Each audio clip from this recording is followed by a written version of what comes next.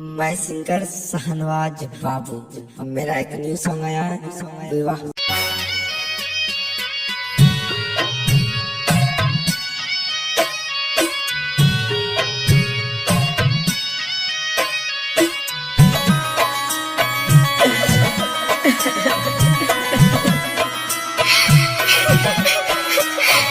Music by Debbie.